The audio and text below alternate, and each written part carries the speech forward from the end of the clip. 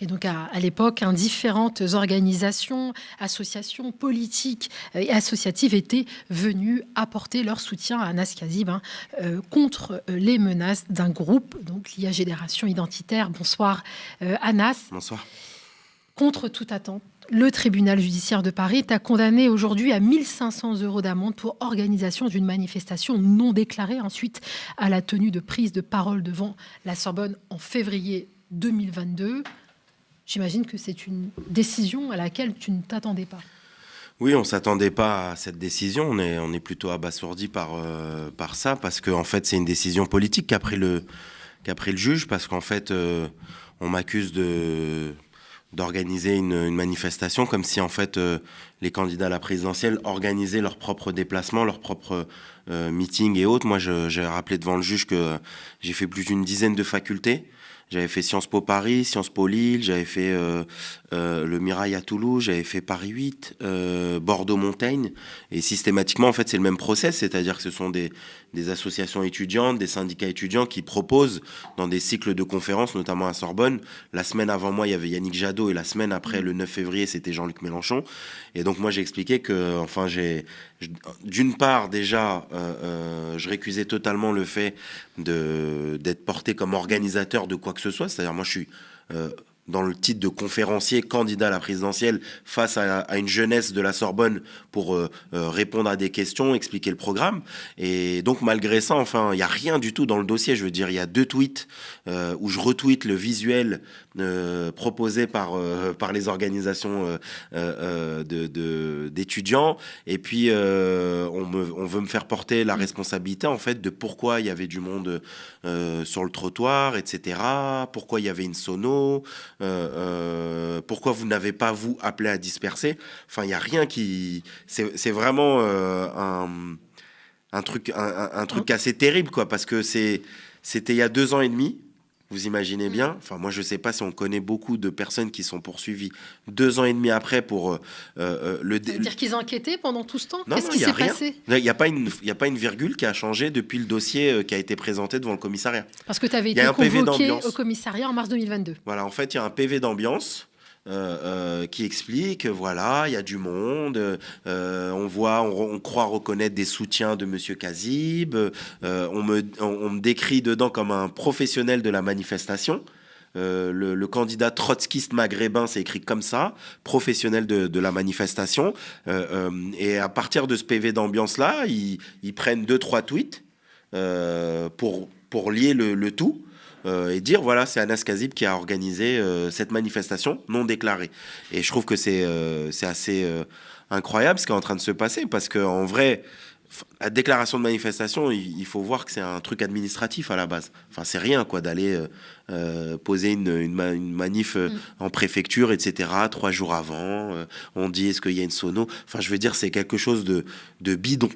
Très sincèrement, qui n'existe déjà pas dans des dizaines de pays. Il faut savoir que dans beaucoup de pays, il n'y a pas de déclaration de manifestation. En France, on nous l'impose depuis quelques décennies. Et donc voilà. Et puis moi, je dis, pourquoi vous voulez que je déclare une manifestation alors que je suis censé faire une conférence à l'intérieur de la Sorbonne? Et ce qui est intéressant, c'est que le juge, en fait, se fiche totalement de pourquoi il y a eu du monde devant la Sorbonne. Ça ne l'intéresse pas. C'est-à-dire des centaines de personnes, près de 300 personnes qui étaient venues en soutien. Oui, à peu près, ou peut-être un peu plus, mais il y avait d'un coup, après les menaces de l'extrême droite, cette vidéo, il y avait un placardage avec une affiche islamophobe et raciste contre moi. 100% wokistes, voilà. 100% islamistes. Il y a eu des menaces. On a menacé des jeunes de la Sorbonne en tractant. Il y a des gens qui se sont désinscrits.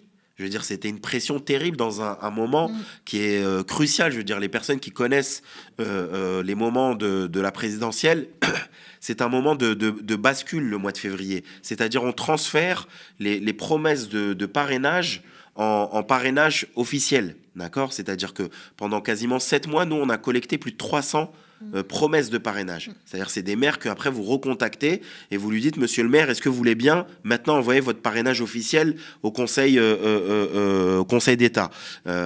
Et donc ce moment-là, il est crucial. Si derrière, il y a des campagnes racistes sur vous, où on vous explique que vous êtes un islamiste, que vous avez des maires qui vous disent, écoutez, moi je suis gêné, parce que bon, ils vous le disent pas aussi directement, mais vous êtes un arabe, quoi. Et que dans leur bourgade, Marine Le Pen, elle fait 80% aux élections. élections. Et qu'en plus de ça, ils savent très bien que le jour même où ils vont envoyer leur parrainage, tout de suite dans le canard du coin, va y avoir monsieur Dupont a parrainé Anas Kazib, candidat d'extrême gauche, etc. Et que derrière, il va se retrouver dans son petit village face à des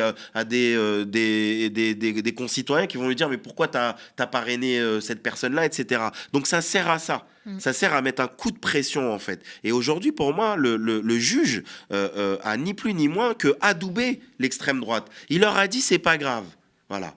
Insulter les Arabes, menacez-les, placarder des affiches avec leur gueule en écrivant qu'ils sont 0% français, 100% islamistes. Et quand ces mêmes Arabes-là qui veulent faire de la politique en France auront le malheur de demander à faire front face à des groupes néo-nazis, on les condamnera pour vous. C'est ça ce qui est en train de se passer, c'est ça cette décision. Parce que c'est rien, c'est un truc administratif, mais il faut le voir de manière éminemment politique, d'une part, mais aussi en lien avec la situation qu'on vit. Moi, je ne sais pas s'il y en a qui sont capables de me citer, dans les dernières années, des syndicalistes et militants politiques comme moi ou Jean-Paul Delesco, qui sont condamnés pour une manif non déclarée ou des tracts syndicaux. Enfin, je veux dire, on est dans une autre dimension aujourd'hui, où à l'image de ce que vous disiez tout à l'heure sur le reportage de Benjamin Netanyahou, c'est-à-dire qu'on met un tapis rouge aux pires barbares, aux pires criminels. Ils ont le droit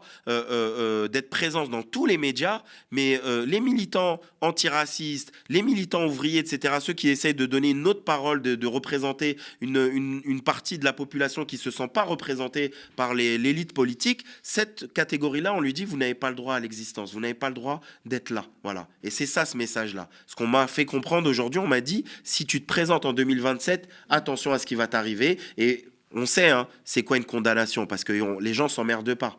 Ça veut dire, valeur actuelle, ils te disent que tu es le candidat qui a un casier judiciaire. Va chercher après le maire du fin fond du Gers qui va te dire « Ah, mais j'ai entendu que vous aviez un casier judiciaire.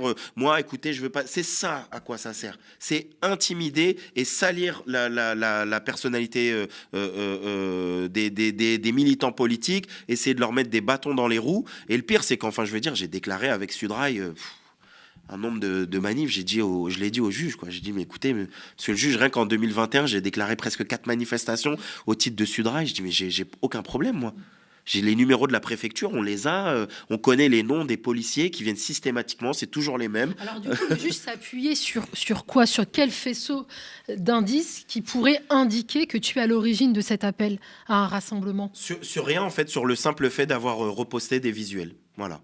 Donc moi je lui ai dit écoutez, juste moi le fait d'avoir retweeté, voilà, le simple juste parce retweet. que j'ai retweeté, il m'a même demandé est-ce que en retweetant je n'ai pas volontairement fait en sorte qu'il y ait beaucoup plus de monde que ce qu'il fallait. Je dis bah, écoutez, je sais pas moi, prenez Jean-Luc Mélenchon ou n'importe quel candidat à la présidentielle, je sais pas, on fait un meeting, bien sûr on veut qu'il y ait du monde. Je dis ça n'a aucun sens. On me reproche quoi? On me reproche d'organiser une manifestation non déclarée, ou on me reproche d'être candidat à la présidentielle et de vouloir faire en sorte que la conférence elle soit pleine. Je dis ben oui, comme n'importe quel candidat. Et on me demande entre avoir une conférence qui est moitié pleine ou pleine. Je dis bah je vais souhaiter qu'elle soit pleine. Et donc, c'est que on pense, on fait de l'intrigue, etc. Il n'y a rien qui va dans les PV. Un coup, on me dit que j'ai parlé 1h30. Dans un autre PV d'ambiance, on explique que j'ai parlé 20 minutes. À un moment, l'agent de sécurité dit que j'ai refusé de venir, de rentrer dans la fac. Quelques lignes plus... Alors, tu as été empêché de rentrer dans la fac. Je veux dire, moi, quand j'arrive, la fac, elle est fermée, déjà. La fac est fermée. Voilà. Et il l'écrit, le directeur de sécurité du Panthéon-La Sorbonne, il écrit, vu l'affluence, nous avons décidé de fermer les portes. Et donc le juge, en gros, ce qu'il dit, il dit, vous aviez un amphithéâtre de 120 personnes, et il y en a 400, est-ce qu'en gros, vous n'avez pas fait exprès? Je dis, bah écoutez, moi, j'ai pas fait exprès déjà de coller des affiches 100% islamistes, de menacer les gens. Je dis, moi, il y a un formulaire fait par les étudiants où les gens se sont inscrits. Il y a plus de 380 personnes. Je dis, moi, je sais pas quelle est la taille de l'amphithéâtre. Et il me reproche, il me dit, parce que vous avez dit, rendez-vous au Panthéon-La Sorbonne et vous n'avez pas écrit l'amphithéâtre B404. Non, mais de qui on se fout? Est-ce que vous pensez que Jean-Luc Mélenchon, Anne Hidalgo, elle sait dans quelle salle d'amphithéâtre qu'on va demander à Jean-Luc Mélenchon, ah non, t'as pas dit numéro de salle, étage, prenez l'ascenseur au fond, à gauche. Donc procès politique, procès d'intention. Et oui, c'est une mascarade en réalité. Enfin, sincèrement, moi, je suis assez abasourdi parce que j'ai compris que c'était Il y a des fois où il peut y avoir des procès où on se dit, 50-50, ça va être chaud. On s'est bien défendu, mais pas sûr. Là, vraiment, je vous l'assure, de A à Z, et même faudrait inventer d'autres lettres de l'alphabet, il n'y avait rien du tout. Rien. Il n'y a pas une seule fois le mot rassemblement, une seule fois le mot manifestation, il n'y a rien du tout. Il y a même les organisateurs de la conférence qui se présentent aux policiers, qui leur disent « Nous sommes les organisateurs de la conférence ».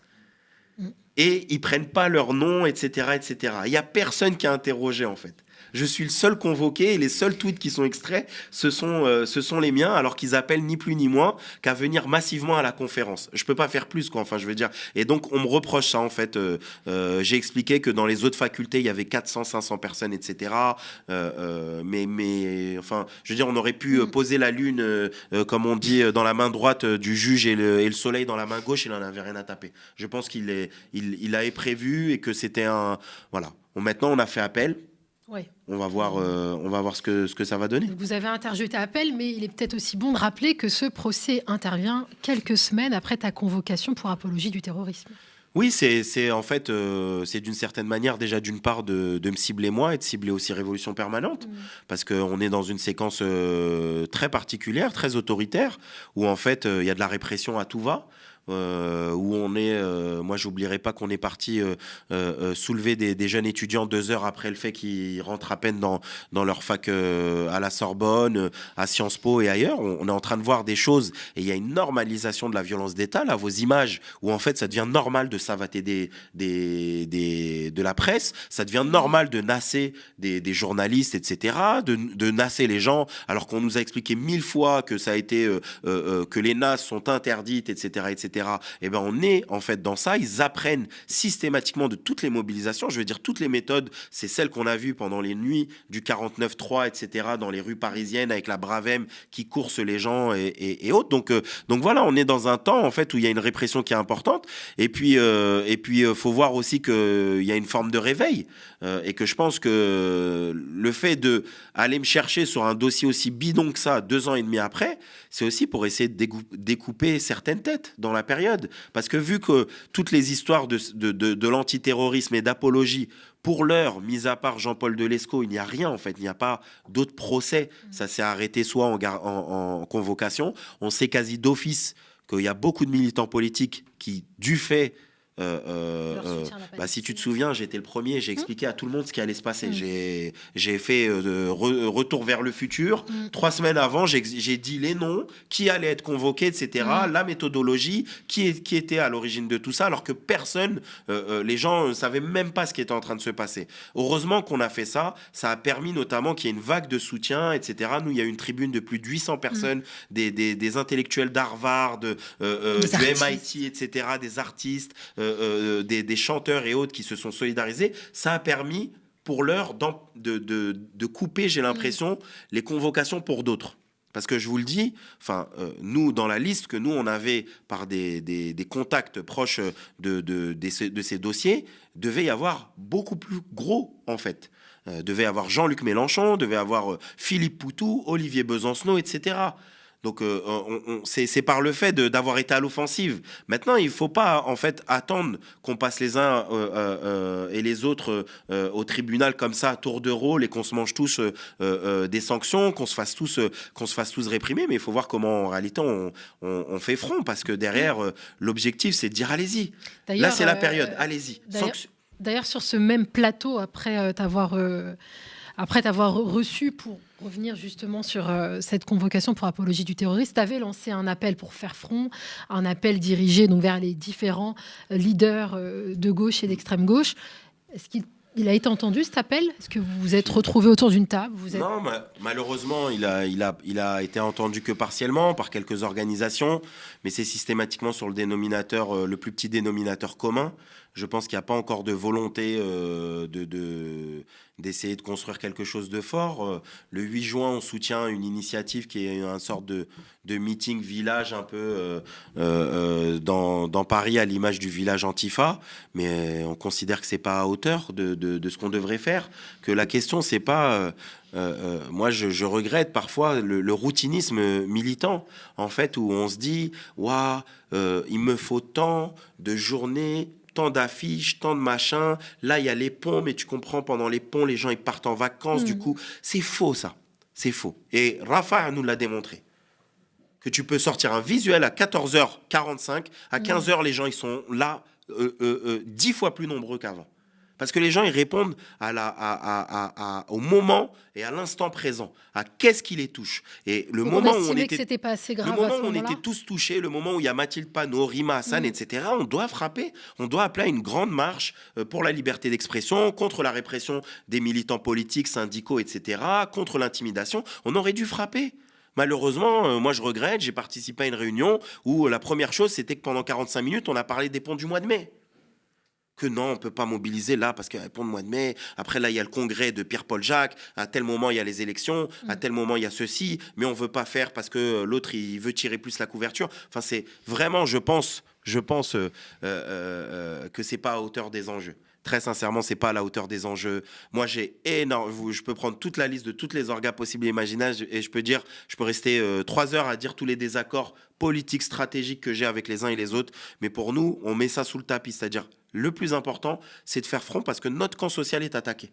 Notre camp social est attaqué. Quand moi, je vois des secrétaires d'UD comme Jean-Paul Delesco qui prennent 1 an de sursis pour un tract syndical, non, mais c'est terrible. Je veux dire, c'est incroyable. C'est-à-dire, aujourd'hui, enfin, moi, les 1500 euros, enfin, je remercie d'ailleurs tous les soutiens, je ne l'ai pas fait, mais je remercie énormément les gens qui sont venus. J'ai reçu des messages de gens aux États-Unis qui m'ont dit s'il y a une cagnotte, on va la payer avec plaisir, etc. La paye pas, fais en sorte que tout le monde puisse la payer, etc. J'ai reçu de nombreux messages de personnalités politiques ici en France, d'artistes et autres. Je pense que les gens ont banalisé aussi, peut-être. Peut-être que moi, j'ai pas voulu en faire 3 tonnes pour pas, peut-être par le fait d'être serein, peut-être moi-même j'ai banalisé la violence d'État en fait en me disant bon, il y a rien du tout dans ce dossier, franchement, on y va en marche arrière et que en réalité, voilà quoi. Et j'ai reçu beaucoup de messages de gens qui étaient profondément choqués, qui pensaient que ça allait passer comme une lettre à la poste et qui trouvent que c'est incroyable ce qui est en train de se passer. Je veux dire, vous faites insulter d'islamistes, vous devez 1500 euros à l'État. Et d'ailleurs, les militants d'extrême droite qui t'ont attaqué, ils se sont même déplacés pour empêcher ta venue à la Sorbonne. Eux n'ont pas été inquiétés. Oui, après, eux, il n'y a rien. Enfin, ça, c'est le juge, ça ne le préoccupe pas, et le parquet, ça ne les préoccupe pas. Il n'y a rien du tout contre ces personnes-là. Je rappelle qu'eux, ils disent, quand ils dissouent Étienne Cormier qu'on voit là, c'est le porte-parole de Génération Identitaire. C'est eux qui ont fait la banderole sur Aya Nakamura en lui disant c'est pas ici c'est Paris, c'est pas Bamako. Oui, c'est eux.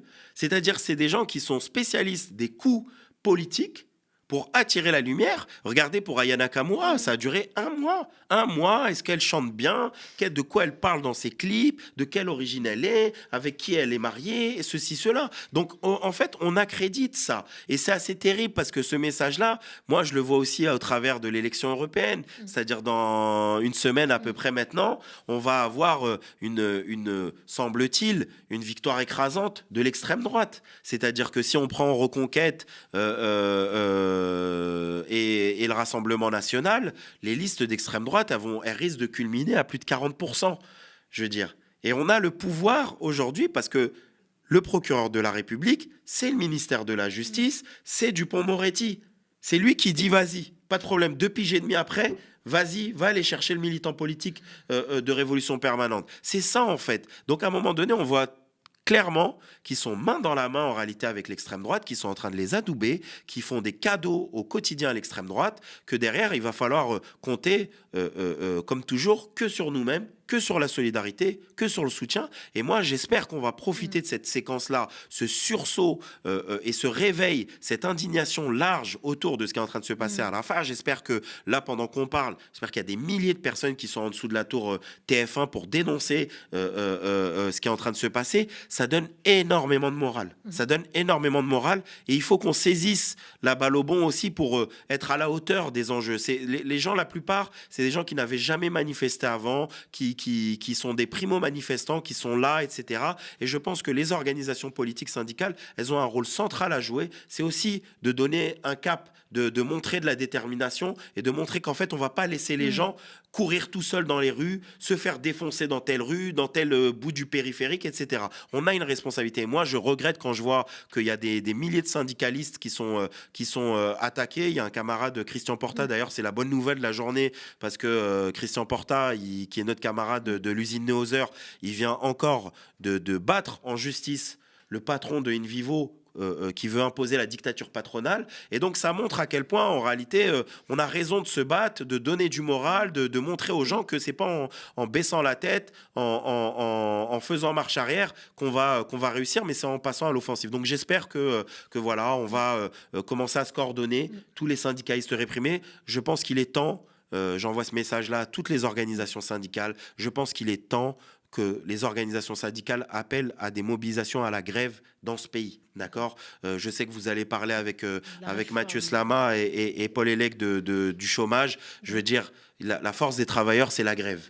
D'accord. Et qu'à un moment donné, je pense que pour tout ce qui se passe, moi, je suis attaché à une tradition du mouvement ouvrier qui s'est forgée au moment de la Première Guerre mondiale, qui s'est forgée autour de la Commune de Paris, de la Seconde Guerre mondiale, des insurgés de Saint-Domingue, etc., etc., de tout cette histoire et ce poids du mouvement ouvrier, de ceux qui ont donné des valises pour aider les résistants colonisés à droite et à gauche, etc., qui ont dénoncé le code de l'indigénat. Le syndicalisme, ce n'est pas juste je me préoccupe de mes repos et de ma retraite, etc. Le syndicalisme, c'est celui qui fait face dans des moments où l'impérialisme français, il est devant. Et on devrait être face à l'impérialisme français et pas être silencieux pendant qu'il est en train de s'activer, pendant qu'il est en train de réprimer. Je ne suis pas à la CGT, mais je suis solidaire des camarades de la CGT. Et je pense, et j'envoie ce message à Sophie Binet, qui est la patronne de la confédération la plus combative de ce pays, qui a 100 ans et plus d'histoire. Je veux dire, qu'est-ce que la CGT, sincèrement, a gagné d'avoir 1000 syndicalistes réprimés,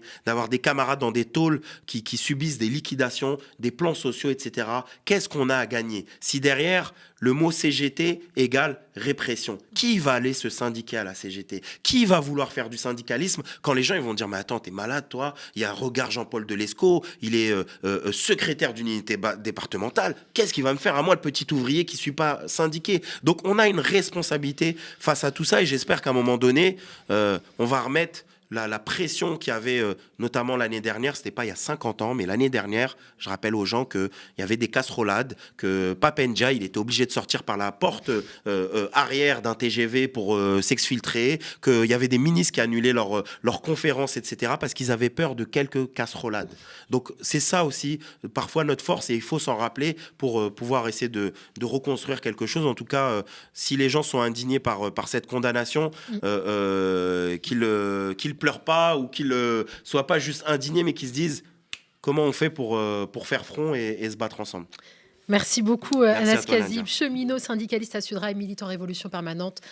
J'espère que ton message sera entendu. Est-ce qu'il y a une date, la date de l'appel, on la connaît, enfin l'audience d'appel, on la connaît ou pas encore? Non, il n'y a pas d'audience d'appel pour l'heure, mais si je peux donner juste un renseignement. Bien on est en train de préparer une coordination des réprimés, ça c'est peut-être un élément important, notamment avec plusieurs militants syndicaux, CGT et autres qui sont attaqués en ce moment. Et on va essayer de coordonner le plus largement possible. Donc s'il y a des gens qui vivent la répression actuellement, qui ne savent pas comment faire, qui n'ont peut-être pas d'avocat, qui ont besoin d'aide, de soutien, d'expérience et autres, qu'ils n'hésitent pas à me contacter sur Twitter, sur les réseaux sociaux, etc., pour que je leur donne les éléments. Et voilà. Et plus on est nombreux, et mieux ça sera. Parfait, merci. Donc, vous pouvez donc retrouver les réseaux sociaux d'Anas Kazib et de Révolution Permanente, puisqu'il relaie systématiquement aussi tes appels, tes messages, tes vidéos. Merci encore, Anas, d'être venu sur notre plateau. Restez avec nous.